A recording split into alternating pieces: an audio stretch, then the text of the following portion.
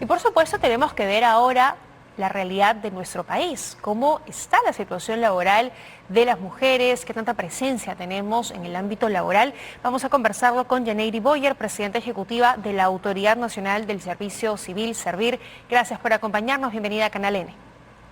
Muy buenas tardes, Tatiana. Muchas gracias por la invitación. Muy buenas tardes a todo el público que ve tu programa. No, gracias a usted. Cuéntanos, ¿cuál es la situación laboral de las mujeres? ¿Cuál es el nivel de ocupación que tienen las mujeres en el ámbito laboral en estos momentos? Gracias por tu pregunta, porque en el sector público, que es, digamos, el ámbito de servir de la Autoridad Nacional del Servicio Civil, que nosotros como autoridad rectora de los recursos humanos del Estado nos ocupamos de todo el sector público y de lograr contar con mejores servidores y servidoras públicas para poder promover los mejores servicios posibles en el Estado. En ese sentido, en torno a la presencia de la mujer en el sector público, encontramos que a nivel general existe un porcentaje de 48.3 mujeres y respecto de un 51.7 de hombres. Pero sin embargo, si desagregamos esta cifra que parecería paritaria, lo que vamos a encontrar es que, por ejemplo, en el nivel rural existe de cada 10 servidores públicos, 13 mujeres, 7 son hombres. Más bien en el nivel urbano sí encontramos esta casi paridad en el sector público. Pero otros datos interesantes que encontramos es que el grueso de estas ocupaciones de las mujeres en el sector público están más vinculadas a aquellos sectores que se encuentran asociados más al cuidado. Es decir, por ejemplo, encontramos en sectores como mujer, 72% de mujeres, en salud, por la alta presencia de enfermeras y personal asistencial de salud, un 66% de mujeres, en educación, 57% de mujeres, donde encontramos un alto nivel de profesoras, claro. Sobre todo de primaria y educación inicial. Y respecto a los cargos jerárquicos, por ejemplo, digamos, los cargos directivos, ¿quiénes los ocupan con mayor notoriedad, los hombres o las mujeres? Es una muy buena pregunta, porque ahí vemos que en los sectores o en los niveles donde se toman decisiones de poder político y de poder público, encontramos que de cada 10 directivos o funcionarios, 4 son mujeres, 6 son hombres. Allí tenemos un gran desafío, porque si bien es cierto, a nivel de acceso, el nivel de mujeres sigue siendo casi, parecería paritario, pero en estos segmentos de poder, el porcentaje mayoritario lo siguen teniendo los hombres. ¿Y pasa eso también, por ejemplo, en los sectores donde hay mayor presencia femenina, como nos decía, educación o salud? ¿Los hombres sí, también siguen liderando? Sí, porque, digamos, esos porcentajes son globales en torno al sector. O sea, por ejemplo, si hablamos del sector salud, estamos hablando de todo el sector salud. En cambio, cuando hablamos del segmento directivo, estamos hablando del segmento transversal, de los niveles más altos de todo el Estado, los niveles donde se toman las decisiones de poder. ¿Y a qué se debe esto? Bueno, te podría decir que ahí todavía hay algunas problemas en cuanto a poder visibilizar que la mujer está en las mismas condiciones que los hombres para poder adoptar decisiones de poder. Pero también tenemos un dato bien elocuente. Dentro del informe de este estudio de la mujer en el servicio civil, que Servir viene publicando comprometidamente desde 2012, encontramos que, fíjate, en el grupo etario de los 30 a los 44 años, es decir, donde las mujeres esencialmente tienen familia, hijos, o están más asociadas a las labores de cuidado, hay una tendencia decreciente de mujeres.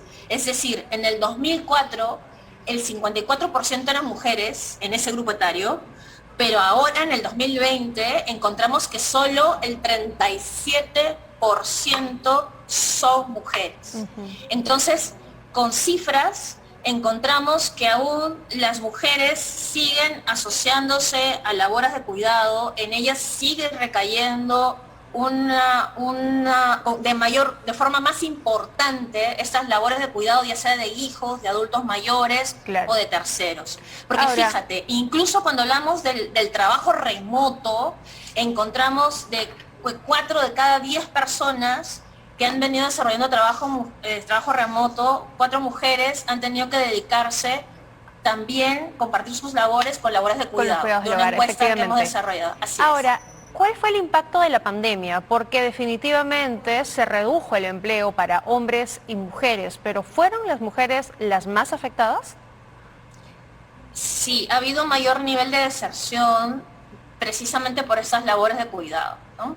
Entonces, lo que sí hemos encontrado durante la pandemia ha sido, digamos, la relevancia del trabajo remoto y la información que eso nos deja como autoridad rectora para poder identificar con mayor nivel de detalle o para poder evidenciar con mayor nivel de detalle cómo es que las labores de cuidado recaen en un mayor porcentaje en las mujeres y en ese sentido cómo es que el tiempo que ellas pueden tener para dedicar a esta labor remunerada en el sector público es un tiempo menor. Entonces, en ese sentido, los cargos directivos o de funcionarios, es decir, los que demandan muchísimas horas, como tú comprenderás, Tatiana, en el sector público, cualquier cargo de alta gerencia, demandan mucho tiempo a las personas.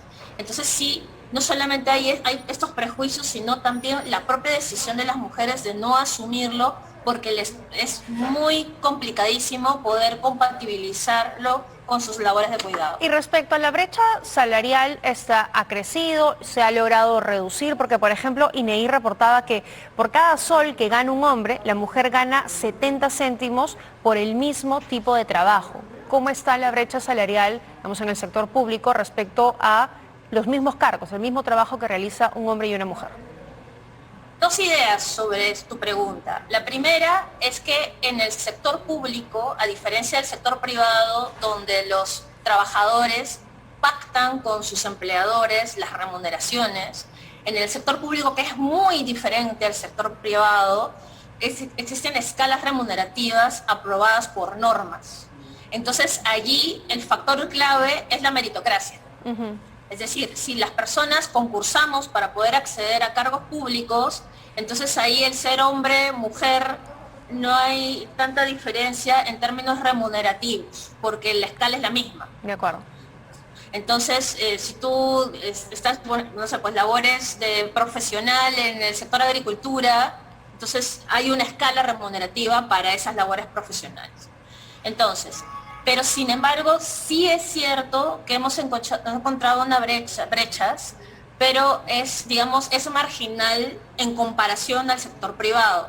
Y esas brechas entre hombres y mujeres sí se han ido disminuyendo progresivamente. Ahora la brecha es casi de un 10%, que es importante, es una brecha, pero es muchísimo menor a la acostumbrada.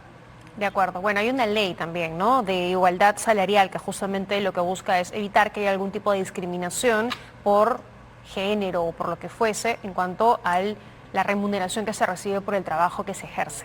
Muy bien, señora Boyer, muchísimas gracias por habernos acompañado esta tarde.